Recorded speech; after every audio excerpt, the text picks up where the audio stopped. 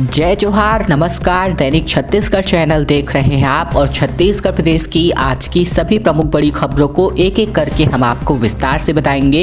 इससे पहले अगर आप छत्तीसगढ़ प्रदेश के हैं, छत्तीसगढ़ समाचार ठीक इसी प्रकार रोजाना देखना चाहते हैं तो नीचे लाल कलर का सब्सक्राइब बटन दिया है, जिसे दबाकर इस चैनल को आपको सब्सक्राइब करना है। शुरुआत करते हैं सबसे पहली बड़ी खबर के साथ। छत्तीसगढ़ में बीते दिन से शिशु संरक्षण माह का आगाज हो चला है। 26,41,000 बच्चों को विटामिन ए और 28,34,000 बच्चों को आयरन व फोलिक एसिड की खुराक दी जानी इसमें प्रस्तावित बताई जा रही है। दरअसल शिशु संरक्षण माह की शुरुआत पूरे छत्तीसगढ़ प्रदेश में हो रही है और इसके अंतर्गत विशेष देखभाल के तहत बच्चों की रोग प्रतिरोधक क्षमता को बढ़ाने के उद्देश्य से उन्हें विटामिन ए और आयरन सिरप की खुराक दी जा रही है। प्रदेश भर में 4 मार्च से लेकर 8 अप्रैल तक शिशु संरक्षण माह का आयोजन किया जा रहा है। इस दौरान 9 माह से लेकर के 5 वर्ष तक के बच्चों को विटामिन ए एवं प्रोफिलैक्टिक डोज दिया जाएगा। साथ ही साथ 6 माह से लेकर के 5 वर्ष तक के बच्चों को आयरन एवं फोलिक एसिड सिरप वितरित किया जाएगा। छत्तीसगढ़ में 4 मार्च से शुरू हो रहे इस शिशु संरक्षण माह के दौरान पूरे प्रदेश भर के 26,41,000 बच्चों को विटामिन ए और 28,34,000 बच्चों को आयरन एवं फोलिक एसिड देने का लक्ष्य रखा गया है। वहीं रायपुर में अकेले 2,45,017 बच्चों को आयरन और फोलिक एसिड की खुराक दी जानी प्रस्तावित है। दरअसल निर्धारित लक्ष्य को पूरा करने और बच्चों तक पहुंचाने में मैदानी स्तर पर स्वास्थ्य कार्यकर्ता, मितानिन, आंगनबाड़ी कार्यकर्ता और आंगनबाड़ी सहायिका इसमें महत्वपूर्ण भूमिका निभाएंगे। राजधानी भर में प्रदेश भर से जुड़ेंगी महिलाएं। रायपुर में महिला मड़ई का आयोजन 5 मार्च से प्रदेश की औरतें जो है यहाँ पर अपना आर्ट, बिजनेस और फूड प्रोडक्टिविटी का हुनर पेश करने जा रही हैं। ठीक इसी प्रकार का आयोजन बिलासपुर के रिवर व्यू में भी होगा 8 मार्च को अंतर्राष्ट्रीय महिला दिवस के अवसर पर। दरअसल रायपुर के BTI ग्राउंड में महिलाओं के लिए खास महिला मड़ई का आयोजन किया जा रहा है। महिला एवं बाल विकास विभाग द्वारा 5 मार्च से 8 मार्च तक 3 दिवसीय राज्य स्तरीय महिला मड़ई का आयोजन होगा। मड़ई का उद्घाटन महिला एवं बाल विकास मंत्री अनिला भेड़िया करेंगी। यहां पर सभी लोगों के लिए एंट्री पूरी तरीके से निःशुल्क है। शनिवार शाम 6 बजे से मड़ई की शुरुआत होगी और यहां राज्य की महिला स्व सहायता समूहों द्वारा तैयार उत्पादों की प्रदर्शनी करके बिक्री की जाएगी। इसके अलावा मड़ई में कई तरह के कार्यक्रम भी होंगे। दरअसल 7 मार्च को राज्य स्तरीय महिला सम्मेलन होगा। 8 मार्च को BTI ग्राउंड में सुबह महिलाओं की साइकिल रैली निकाली जाएगी और यह रैली शंकर नगर से होते हुए केनाल रोड गुजरते हुए भगत सिंह चौक पहुंचेगी और BTI ग्राउंड में समाप्त होगी। इसके अलावा बिलासपुर के रिवर व्यू में भी ठीक इसी प्रकार का आयोजन किया जा रहा है। ओ वुमनिया इसको नाइट मार्च का नाम दिया जा रहा है और ये भी इस पर आप जो है अपना भागीदारी ले सकते हैं। रोड एक्सीडेंट को लेकर 1 अप्रैल से नए नियम बढ़ने जा रहे हैं। केंद्र ने यहां पर नोटिफिकेशन जारी किया है। दरअसल सड़क हादसे के बाद की प्रक्रिया को लेकर 1 अप्रैल 2022 से नियम बदलने वाले हैं। इसके संकेत केंद्रीय सड़क परिवहन व राजमार्ग मंत्री नितिन गडकरी ने दिया है। उन्होंने कहा है कि अभी सड़क हादसों की जांच पुलिस घटना स्थल पर जाकर करेगी। हादसे के बाद जांच नहीं होने से पीड़ित परिवार को बीमा का मुआवजा मिलने में परेशानियां होती है। सरकार ये बदलाव दिल्ली हाईकोर्ट द्वारा जारी किए गए आदेश के बाद से करने जा रही है। हाई कोर्ट ने दिल्ली में लागू मॉडल को अपनाने केंद्र सरकार से कहा था, क्योंकि वहां मुआवजा में निपटारे की काफी तेजी देखने को मिली है। केंद्र द्वारा जारी नोटिफिकेशन के अनुसार पुलिस पीड़ित पक्ष या उसके कानूनी प्रतिनिधियों को सड़क हादसे से संबंधित उनके अधिकारी को जो है यहाँ पर दावों के बारे में जरूर बताएगी। अब पुलिस को 48 घंटे के भीतर insurance company, motor accident claim tribunal व सड़क हादसे की जानकारी देनी होगी। इसके अलावा पुलिस अब मौके पर जाकर सड़क हादसे की जांच करेगी और पूरा सबूत जुटाएगी। सरकार ने सड़क हादसे में निपटारे के लिए टाइम लिमिट भी सेट किया है और इसके अनुसार अब पुलिस को 50 दिन के भीतर मोटर एक्सीडेंटल क्लेम ट्रिब्यूनल को अंतरिम जांच रिपोर्ट सौंपनी होगी। सीजी व्यापम में पटवारी के बम्पर पदों पर भर्तियां निकाली गई है। 4 मार्च से लेकर के 22 मार्च तक आप अपना आवेदन प्रस्तुत कर सकते हैं। दरअसल बात कर लेते हैं सरकारी नौकरी की तैयारी कर रहे युवाओं के लिए नौकरी पाने का सुनहरा अवसर है। व्यावसायिक परीक्षा मंडल यानी कि व्यापमम द्वारा पटवारी के पदों पर बम्पर भर्ती निकली है। दरअसल जारी नोटिफिकेशन के अनुसार 301 पदों पर भर्ती होनी है, जिसके लिए अभ्यर्थियों की शैक्षणिक योग्यता किसी भी मान्यता प्राप्त विश्वविद्यालय से न्यूनतम 60% अंकों के साथ BCom टेलीकॉम पास तय किया गया है। वहीं इच्छुक उम्मीदवार 4 मार्च से 22 मार्च तक का समय इनको दिया गया है। इसके अलावा अगर मैं बात करूं तो सुधार की तिथियां 23 मार्च से लेकर 25 मार्च 2022 तक है। परीक्षा केंद्र की बात करें तो 28 जिलों में इसका परीक्षा का आयोजन किया जाना है। इसके अलावा बात करें तो डाटा एंट्री ऑपरेटर पद के लिए 1 साल का डिप्लोमा या फिर प्रोग्रामिंग या सर्टिफिकेट में 1 साल का डिप्लोमा और 5000 की डिप्रेशन प्रति घंटे की अनिवार्यता बताई गई है।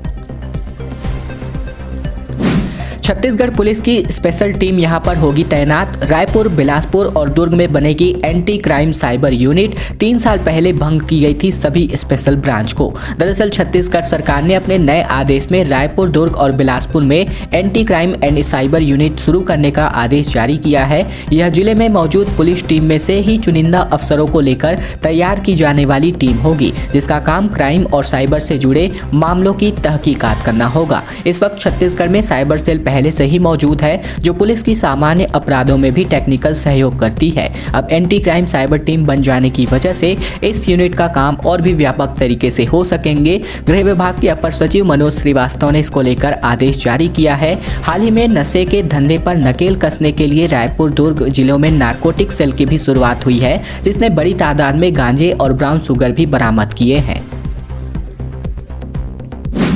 यूरिया की किल्लत की वजह से किसानों ने किया नेशनल हाईवे को जाम। बीजेपी लीडर ओपी चौधरी समेत 50 लोग गिरफ्तार हुए हैं, जैसा कि आप सभी वीडियो के माध्यम से देख सकते हैं। दरअसल छत्तीसगढ़ में यूरिया की किल्लत जारी है, समितियों में खाद के लिए मारामारी है और इस बीच बीजेपी के नेतृत्व में किसानों ने नेशनल हाईवे जाम कर दिया। आंदोलन के दौरान पुलिस और आंदोलनकारियों के बीच जमकर झड़प हुई। आंदोलनकारी तकरीबन 2 घंटे से नेशनल हाईवे पर ही डटे हुए थे। ऐसे में राज्य सरकार के खिलाफ इन्होंने जमकर नारेबाजी की और पुलिस ने भाजपा नेता व पूर्व आईएएस ओपी चौधरी समेत 50 से अधिक लोगों को गिरफ्तार कर लिया है। और ये जो खबर है रायगढ़ जिले में हो रही किसानों की खाद की किल्लत को देखते हुए, साथ ही साथ अकेले ये रायगढ़ जिले की बात नहीं, पूरे प्रदेश के किसानों के फिलहाल यूरिया की खाद को किल्लत को लेकर के यही समाचार है।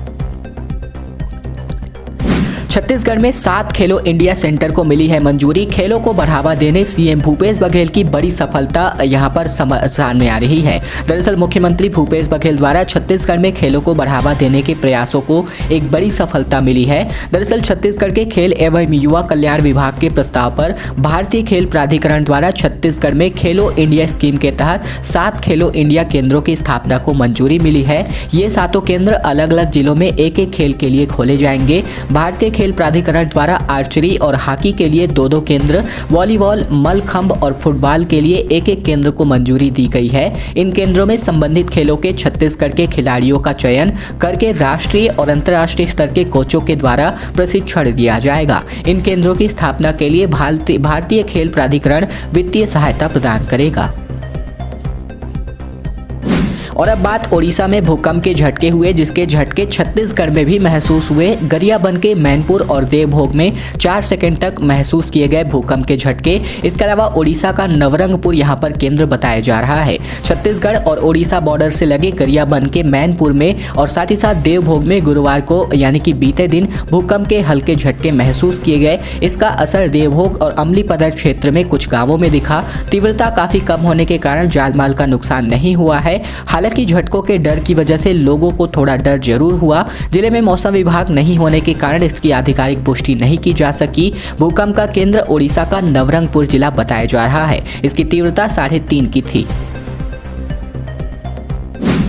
किसानों के लिए सरकार का ऑफर सामने आ रहा है। मंत्री अकबर बोले कि 13 गांव की जमीन बेचने पर रोक जो लगी हुई थी उसको हटाई, दुकानें देंगे, रोजगार भी देंगे, अब अपना आंदोलन बंद करें। दरअसल नवा रायपुर के किसान एनआरडीए के दफ्तर के पास पिछले 61 दिनों से धरना प्रदर्शन में अपना दे रहे हैं। इसके अलावा अब इन किसानों से सरकार ने आंदोलन खत्म करने की अपील की है। मंत्री मोहम्मद अकबर ने बीते दिन एक प्रेस कॉन्फ्रेंस की। उन्होंने कहा कि सरकार ने तय किया है कि नवा रायपुर में जो किसान जहाँ बसा है उसे ही पात्रता के मुताबिक 1200 से 25 जो यहाँ पर 100 फीट वर्ग फीट जमीन है इसका पट्टा दिया जाएगा। मंत्री अकबर ने आगे बताया कि सरकार ने यह भी तय किया है कि ऐसे 285 मामले जिन्हें ऑडिट की वजह से जमीन बदले की मिलने की सालाना राशि 15,000 प्रति एकड़ के हिसाब से नहीं मिल रही थी, उन्हें भी यह राशि दी जाएगी। मंत्री अकबर ने यह भी बताया कि गठित की गई कमेटी में वे स्वयं मंत्री रविंद्र चौबे और शिव डहरिया थे।